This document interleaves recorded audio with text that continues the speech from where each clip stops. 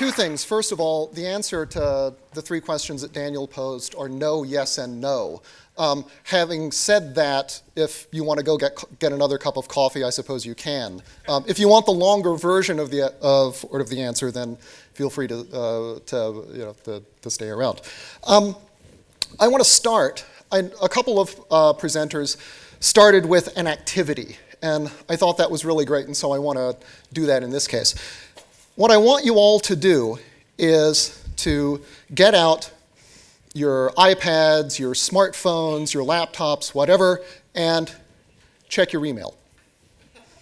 Seriously, you know how to do it. Don't be shy. You'll be doing it at some point anyway. You might as well get it over with. And while you're doing it, I can explain the intentionality behind this exercise. It's actually rather simple, but interesting. As you're doing it, ask yourself this, or try to notice this. Are you holding your breath? Because in fact, a lot of people do.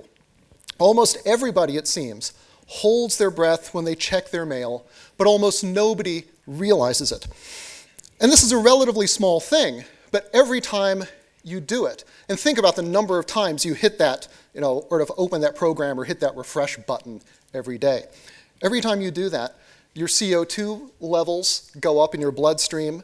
Your body interprets that as a kind of warning. And your anxiety level goes up a little. What happens is that your fight or flight reflex switches on. So it's an ancient subconscious physical system accidentally triggered by a modern technology. And I think that illustrates how complicated and problematic our relationship with information technologies has become. Perhaps most problematic is that we live in an age of information that often feels more like an age of distraction. Technologies that were supposed to help us think better, work more efficiently, and connect more meaningfully with others now, too often, interrupt us, divide our attention, or stretch us thin as people. And this often feels like an inevitable state of affairs. And in fact, there are plenty of people who will tell you that it is. Historians of media argue that every new information technology since the invention of writing, on down to the present, from essentially one tablet to another, I just came up with that on the spur of the moment. Thank you. I'll be here all night. Have been followed, every one of these new innovations has been followed by a dramatic, sometimes disorienting shift in cognitive styles and learning, and we just happen to be living through the latest of them.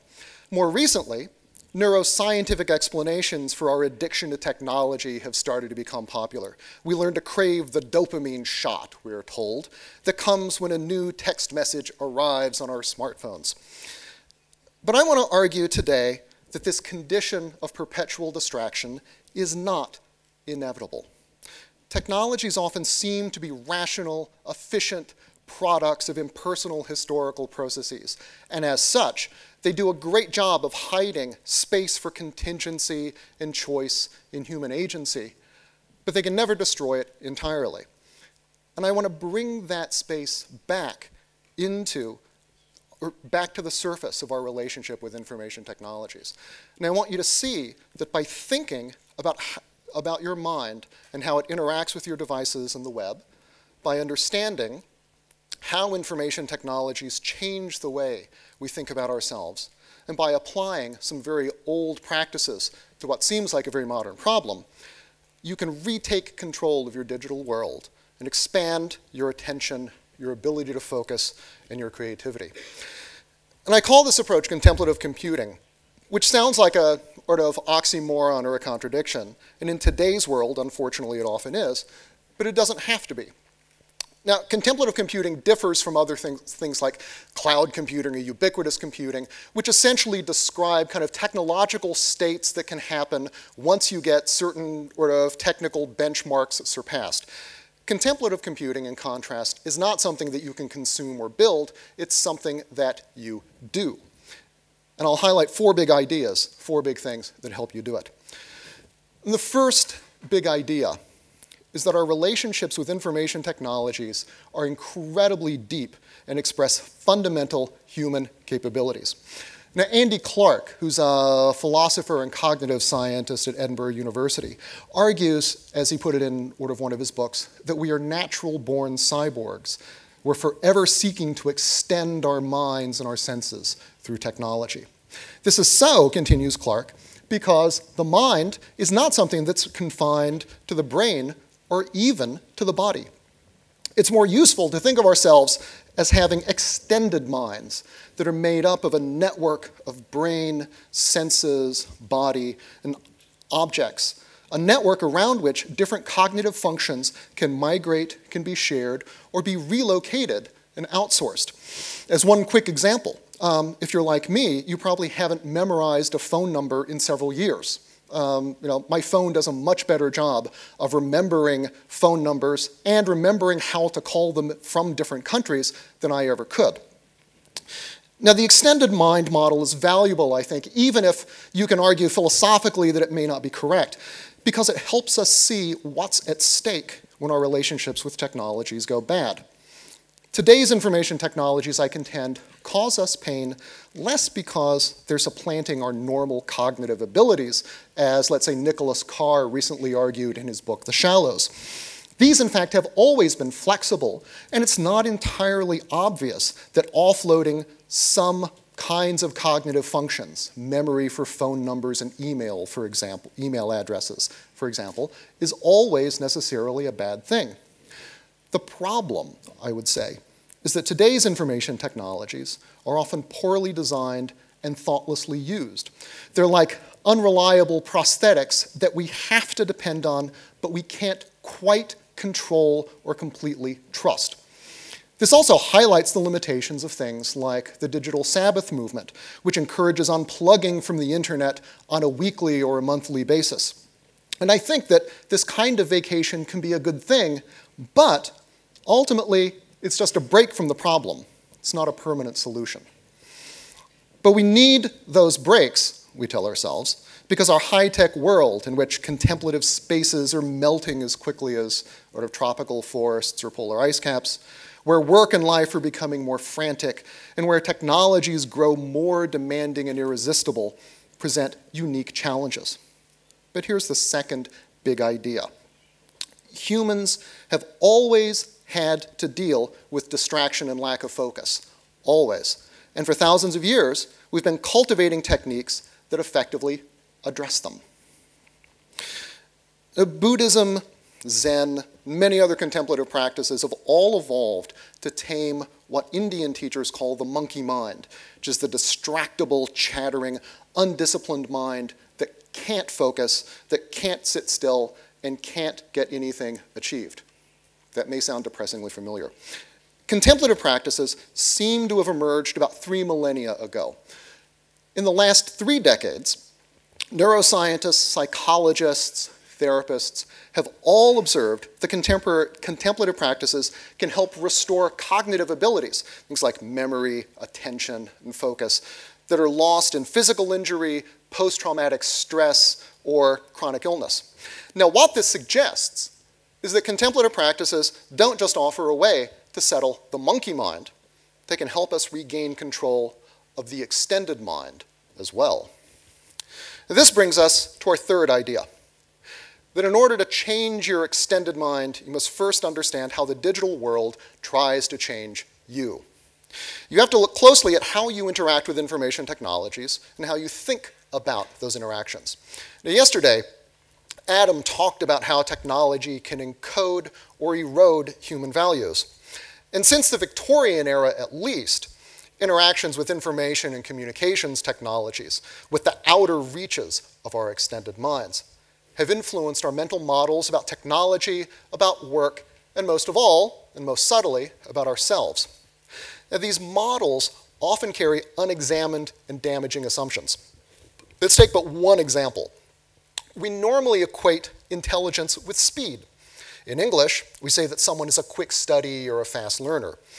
And by this standard, computers are always getting smarter. They're getting faster, they're getting cheaper, they're getting more powerful, while we humans are stuck with the same brains as our axe-wielding, cave-dwelling ancestors of 30,000 years ago.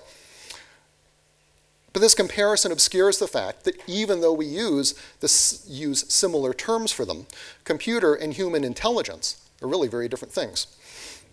For one thing, we don't get smarter because of physical changes to basic brain structure, at least not in a kind of sort of rapid evolutionary sense.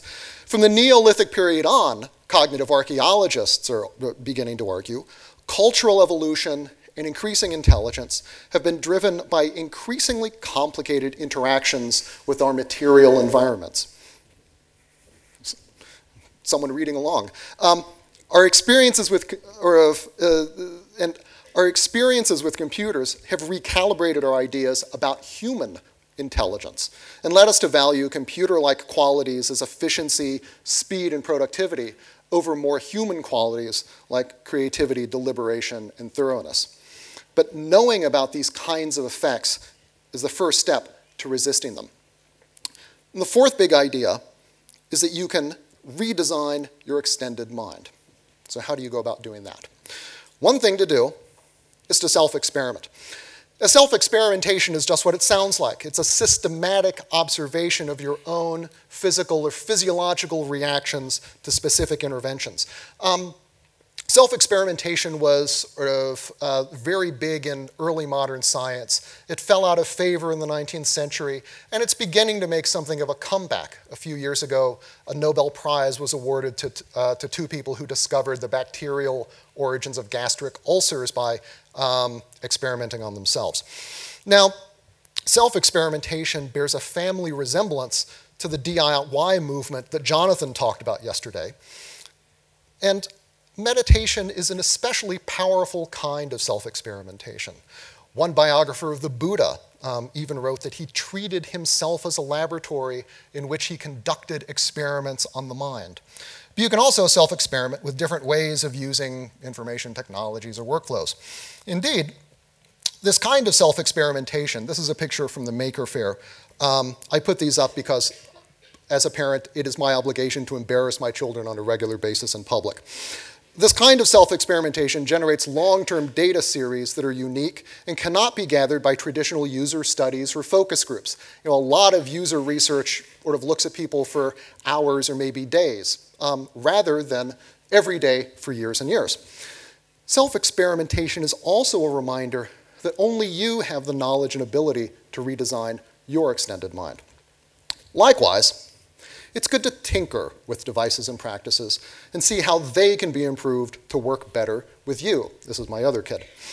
Tinkering is a pragmatic, improvisational approach to technologies that emphasizes flexibility, rapid learning, and practicality. It's not about just memorizing the manual. It's about getting under the hood and creating your own knowledge about a device.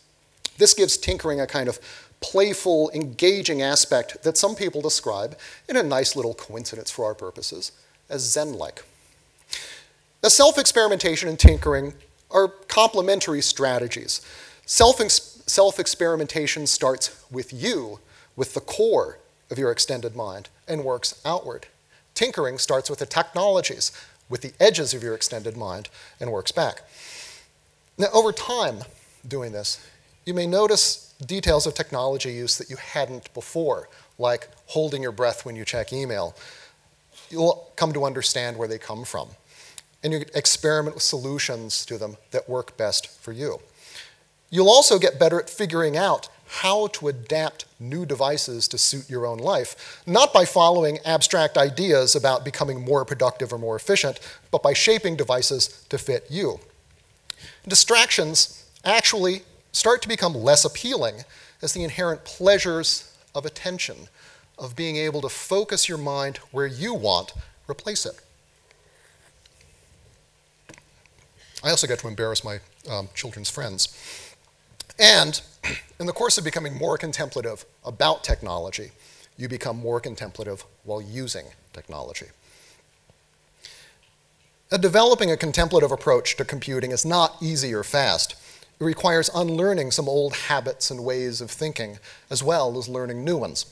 In other words, it's slow. But, as the lived experience shows us, contemplation and slowness on one hand, and technology on the other, are by no means incompatible. Now, we normally associate slow with age or infirmity or even incompetence. Speed is its kind of moral opposite. It's a sign of high energy and performance. But while it might be bad in computers and organizations, arguably, in the human realm, doing things slowly is often a sign of skill, of mastery, of experience. One of the things, if you ever have coaching for public speaking, coaches never tell nervous, novice speakers to speak faster. You always have to learn to speak more slowly. It's a natural tendency to rush. But consider video games. Beginning players tend to just kind of mash buttons and try everything and hope that something good happens. But experienced players, in contrast, tend to move with a greater degree of economy and deliberation. You can essentially trade skill and experience for luck. And this is how you play at the digital whiteboard outside. The most interesting things I discovered when I was playing around with it happen when you move slowly, not when you flail around. And indeed, it turns out there aren't that many sports or games that reward speed for its own sake. Speed is a not always reliable means rather than an end in itself. And even in sports where coming in first matters, speed is the product of skill, not just a product of being big or gravity liking you more. Likewise, rapid breathing is an unconscious reflex. And I think this helps explain why meditators can spend years working to slow their breathing and why disciplined breathing is essential to contemplation.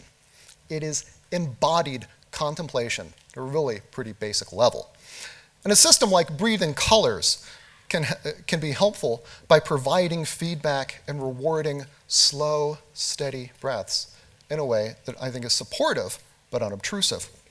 And finally, of course, the cerebral interfaces show how an engaging system can explicitly reward calm, meditative states in a kind of playful manner. And I think, by way of conclusion, it's important to conduct these kinds of experiments and to learn how to create extended minds that support contemplative states right now, because the problem of technology-accelerated perpetual distraction is only going to get worse. I don't think anybody here will have any trouble imagining a world in which every built object has a unique digital fingerprint and anything of value can have its own internet address. Add in inexpensive flexible displays that can turn any room into Times Square on New Year's Eve. And just for fun, top it off with cheap cameras and sensors that make it trivially easy to document every second of our lives. Now, take that technical environment and mix in online games, nano-niche advertising, location-based services, surveillance analytics, real-time social media, software agents, and telemarketers. Now imagine all of them competing to capture, commoditize, and resell your attention. Imagine them immersing us in a bath of related content, friend requests, status updates, reviews, recommendations, ridiculously huge offers, daily deals, and instant alerts, whether you want it or not. My concern is that if we're not thoughtful, if we're not contemplative, this could be the world within a decade. But it doesn't have to be this way. Future technologies can be designed to cultivate attention or to commoditize it, to preserve our powers of concentration or to waste them. It is said in life, or it is said that in life, pain is inevitable, but suffering is a choice. In other words, no one can escape death or loss. They're simply sort of part of natural existence. But we can shape how they affect us. And I think there's a lesson here. I would argue that our entanglement with information technologies is inevitable. They are expressions of very deep human desires, and the way in which we connect with them is quite profound. But if we understand how our extended minds work, how our devices try to program us, and how contemplative practices can help us remake our extended minds, then distraction can become a choice. Thank you very much for your attention.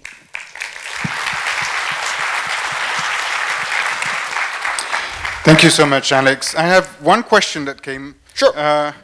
Which was that your presentation seems to focus on our personal ways in which to deal with distraction. Right. Is there such a thing as corporate or organizational contemplative computing? There certainly could be. There are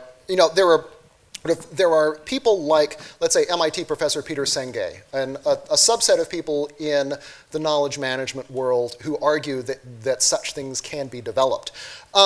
Understanding what a contemplative organization would be beyond a group of individuals who are contemplative, I think is kind of problematic.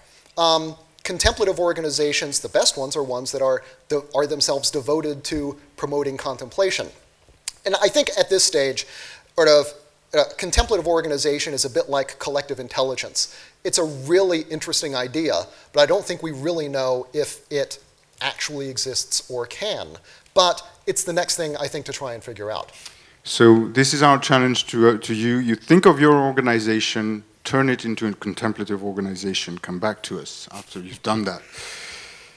Thank you, Alex. Thank you so much.